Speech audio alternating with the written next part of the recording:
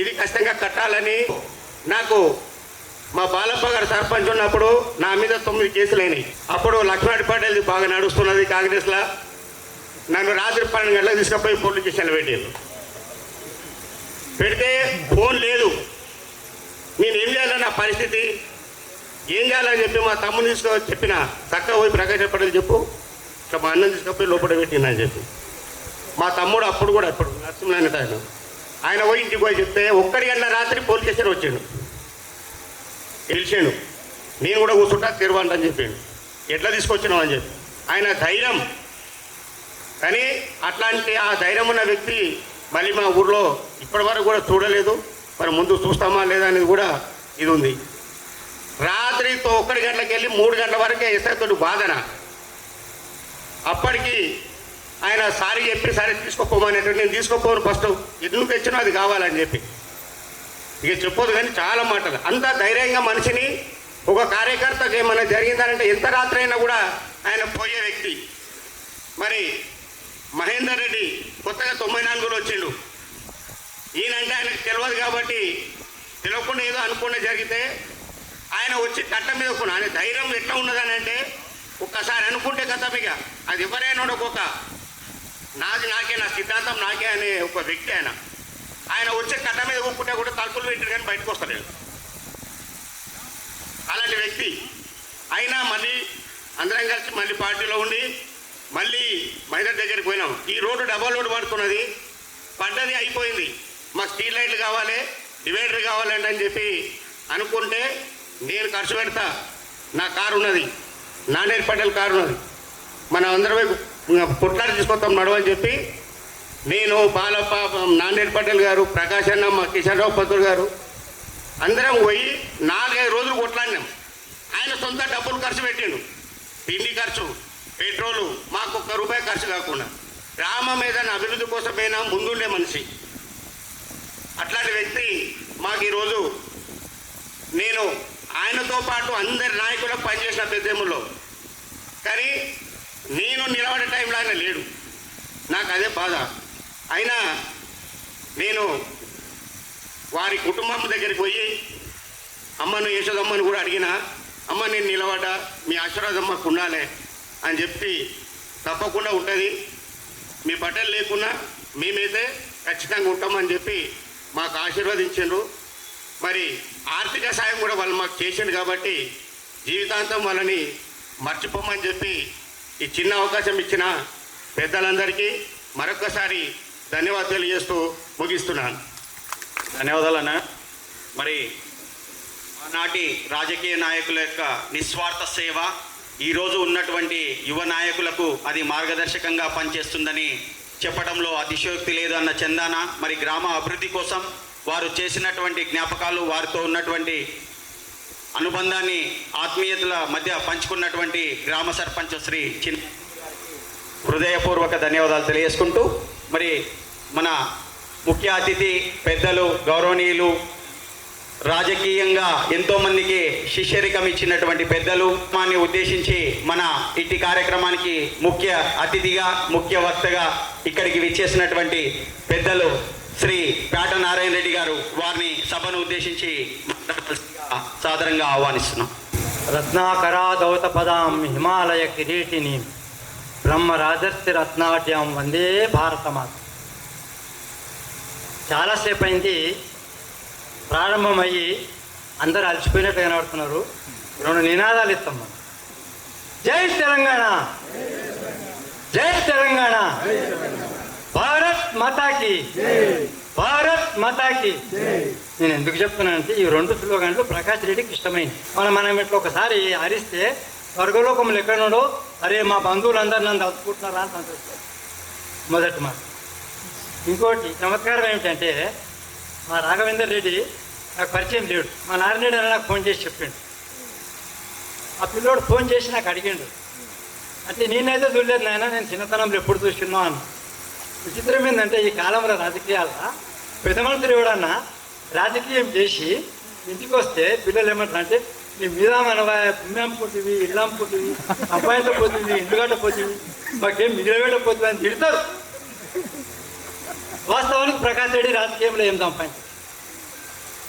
మేము తాండ్రులో ఇల్లు కట్టినావా, భూమి కొన్నావా, లేకపోతే పెద్దమ్మలో కాంప్లెక్స్ కట్టినావా, మా అప్పని ఎందుకు గౌరవించాలి అని నెగటివ్ ఫీలింగ్ ఉన్న ఈ రోజులలో వెరీ పాజిటివ్గా మా నాన్న ఒక హీరో, మా నాన్న ఒక టైగర్, మా నాన్న ఒక లైన్, మా నాన్నకు ఈ ప్రజల మీద ఈ సమాజం మీద ఉన్న ప్రేమ గొప్పది అని మళ్ళీ ఒక ప్రేరణ ఇవ్వడం కోసం ఆ బాబుని నేను అభినందిస్తాను.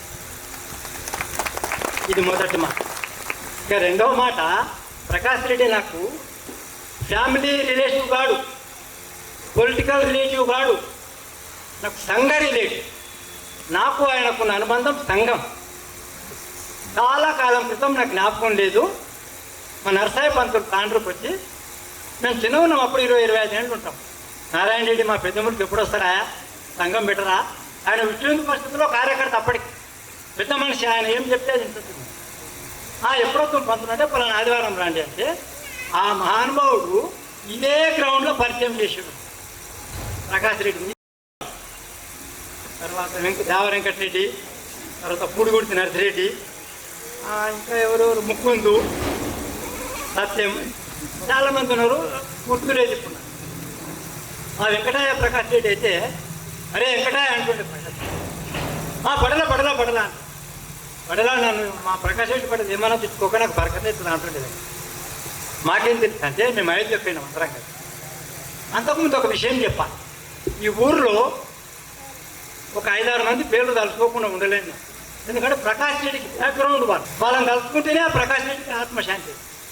ఈ ఊరికి మొట్టమొదలు వచ్చినప్పుడు మాకు నరసాయ పంతులు, కోహీర్ మల్లయ్య గారు, కోహీర్ పిచ్చన్న, అనంతం పెండ్యాల అనంతం, మోహన్ లాల్, రామ్ గోపాల్ ఆర్య, చిట్టప్ నర్సిరెడ్డి, వీళ్ళేమో బ్యాకింగ్.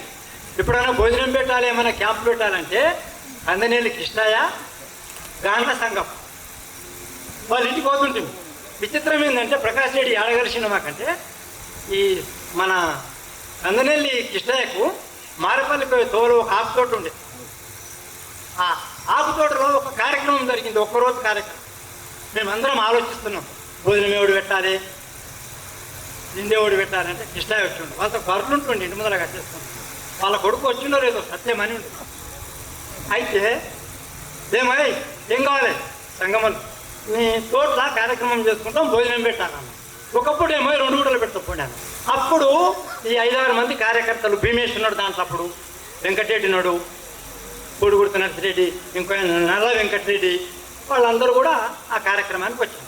ఆ తర్వాత 6 నెలల తర్వాత ఏమైందంటే, ఎందుకంటే ప్రకాష్ రెడ్డితోనున్న నాకున్న అనుబంధం మీదేమో రాజకీయమైంది, పారివారికమైంది, గ్రామీణమైంది, కానీ నాకు జాతీయమైంది. అయితే ఒక వారం రోజులు సంగారెడ్డిలో శిక్షా వర్గ జరిగింది.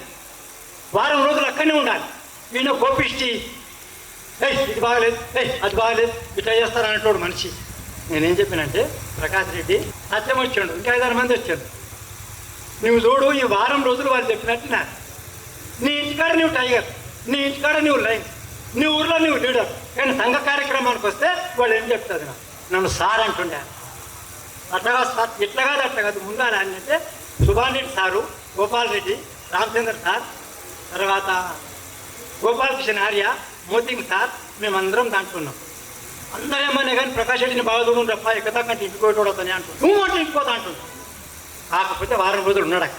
ఇది ఒక సంఘం. తర్వాత సంఘ కార్యాలు నడుస్తున్నాయి. ఇవి దొరల ఇంట్లో ఒక ఆయన దేవేందర్ రెడ్డి అని ఉంది, దేవేందర్ రెడ్డి అని మీకు గుర్తున్నాడో లేడు, ఆయన మాకు దండ నేర్పుతుండే. గాజీపూర్లో ఒక ఆయన మిలిటరీ నరసింహారెడ్డి అని ఉండి, మిలిటరీ నరసింహారెడ్డి ప్రకాష్ రెడ్డికి దండ నేర్చుకున్నాననేది కాయస్ ఎక్కువ. ఎవరైనా 30 నిమిషాలు చెప్తావే, నాకు లాటి నేర్పిండి అని. కార్యక్రమాలకు వస్తే లాటి నేర్పు. ఆ దేవేందర్ రెడ్డి గారు సత్య స్వర్గాన్ని ఉన్నాడు, కానీ ఆ దేవేందర్ రెడ్డి ప్రకాష్ రెడ్డి గారికి దండ నేర్పి. శ్రీశైలం ఉండే అప్పుడు, వెంకటయ్య ఉండే, మరి వాళ్ళకి జ్ఞాపకం ఉన్నదో లేదు. శ్రీశైలం ఉన్నాడు ఇప్పుడు.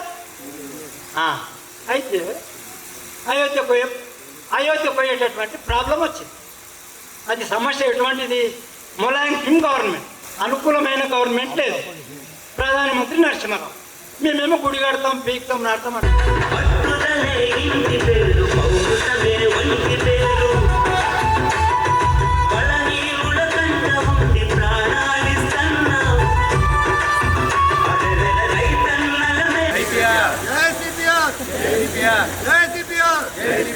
ఆ వారికి ఉన్నటువంటి గొంతు సహకరించకపోయినా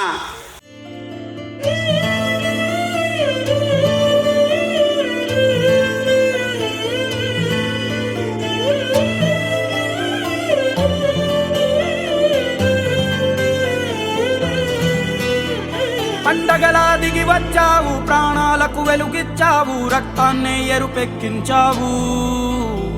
మా తోడుకు తోడయ్యావు, మా నీడకు నీడయ్యావు, మా అయ్యకు అండై నిలిచావు.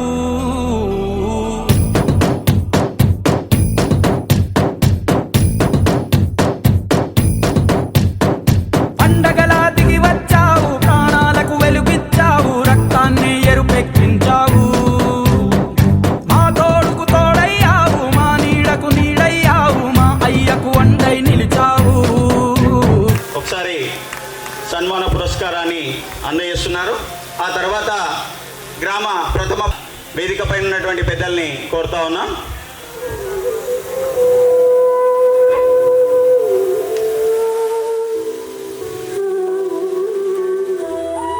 రక్తాన్ని ఎరుపెక్కించావు.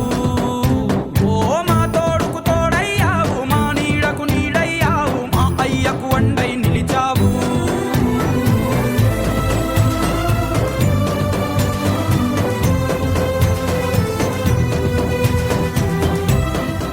కోరుతా ఉన్నాం.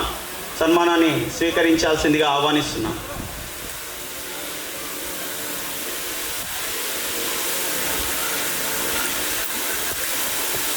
అదేవిధంగా శ్రీ అంజయ్య గారు ఎక్స్ జెడ్పీటీసీ మరియు సన్మానాన్ని స్వీకరించాల్సిందిగా ఆహ్వానిస్తున్నాం.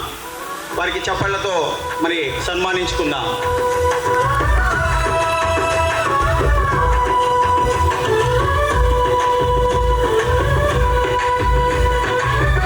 అదేవిధంగా ఇటు కారెడ్డి మార్కెట్ కమిటీ డైరెక్టర్ గారు వారికి మల్లేశం గారికి సన్మానం చేయాల్సిందిగా కోరుతా ఉన్నాం.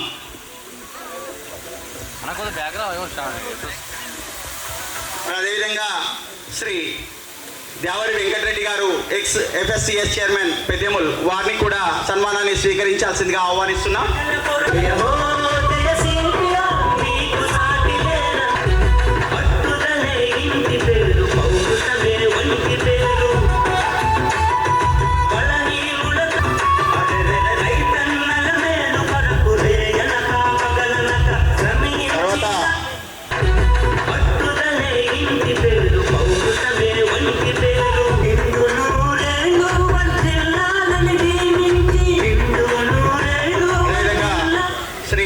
Vishnuvardhan Reddy X FSCS chairman Peddemul వారిని కూడా సన్మానాన్ని స్వీకరించాల్సిందిగా ఆహ్వానిస్తున్నాం.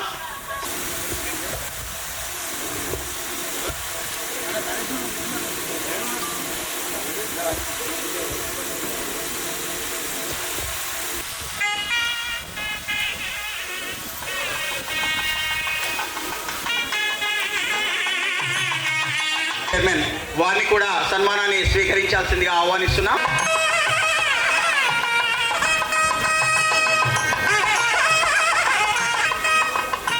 సదుపాయాన్ని భోజన సౌకర్యాన్ని కూడా ఇక్కడ ఏర్పాటు చేయడం జరిగింది. అందరూ కూడా స్వీకరించాల్సిందిగా కోరుతా ఉన్నాం. అదేవిధంగా శ్రీ సాయి అదేవిధంగా శ్రీమతి అంబికని కోరుతా ఉన్నాం.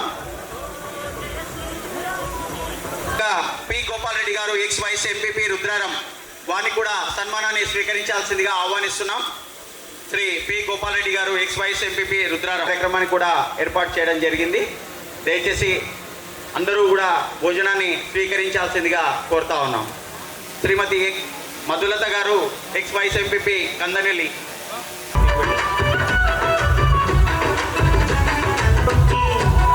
అడిగిచెల్ల నుంచి వచ్చినటువంటి శ్రీమతి మేతరి యశోద గారు, శ్రీ బుచ్చన్పల్లి జనార్దన్ రెడ్డి గారు, శ్రీ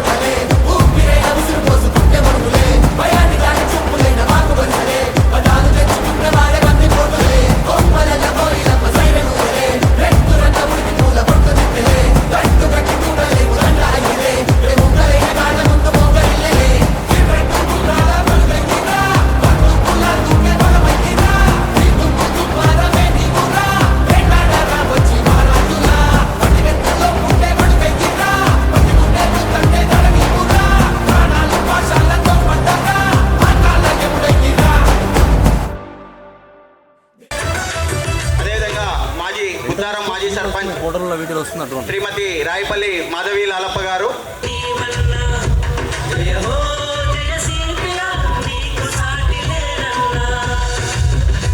అదేవిధంగా చైతన్య నగర్ ప్రస్తుత సర్పంచ్ శ్రీమతి మాదాస్ గౌరమ్మ గారు, వారు కూడా సన్మానాన్ని స్వీకరించాల్సిందిగా కోరుతా ఉన్నాం.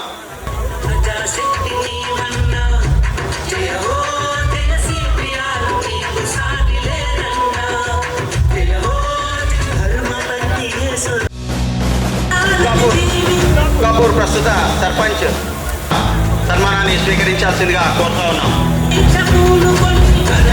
ప్రస్తుత సర్పంచ్ గారు, వారు కూడా సన్మానాన్ని స్వీకరించాల్సిందిగా కోరుతా ఉన్నాం. ఈ సర్పంచులు శ్రీ ప్యాగర్గా కోరుతా ఉన్నాం. శ్రీమతి హరిజన్ భాగ్యమ్మ ఎక్స్ ఎంపీడీసీ గారు, శ్రీమతి బంటు అమృతమ్మ గారు, శ్రీ మొహమ్మద్ సలాం గారు, తర్వాత అరుణ గారు, మీరు కూడా సన్మానాన్ని స్వీకరించాల్సిందిగా కోరుతా ఉన్నాం.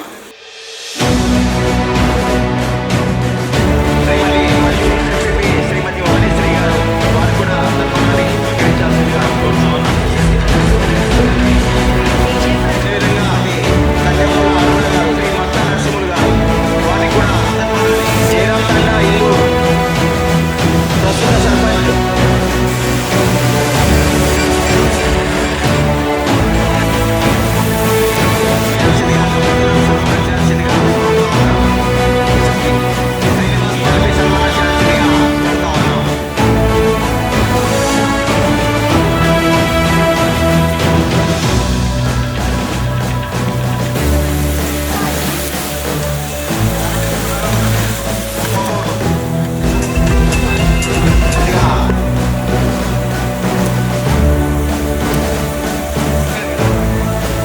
శ్రీ కోట్పల్లి ప్రస్తుత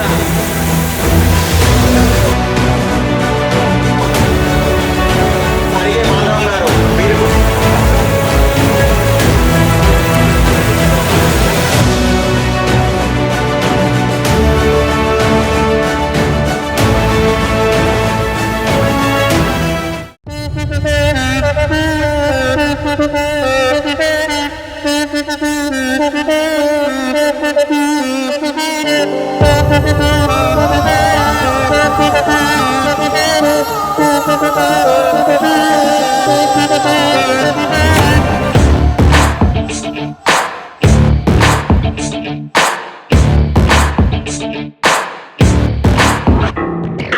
ఎవ్వరు వీరెవరు, ఎవరికి వరుసకు ఏమవరు, అయినా అందరి బంధువులు. జయ హో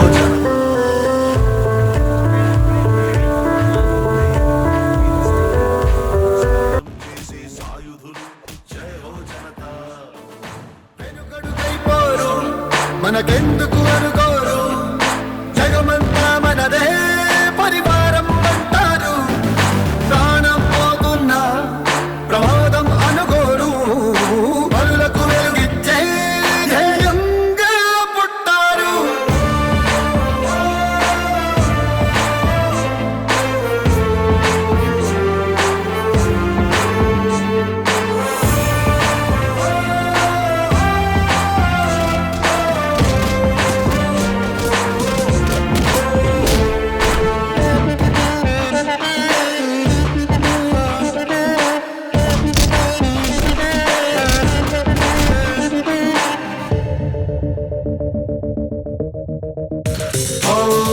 ఆపదలోని తూర్పు, అది చాలే వీరికి పిలుపు.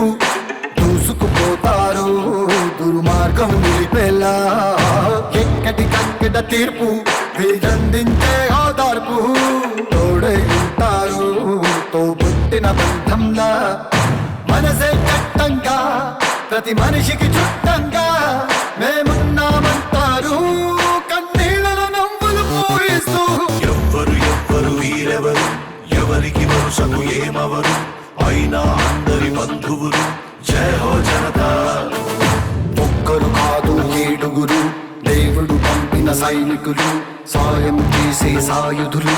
జై హో జనతా.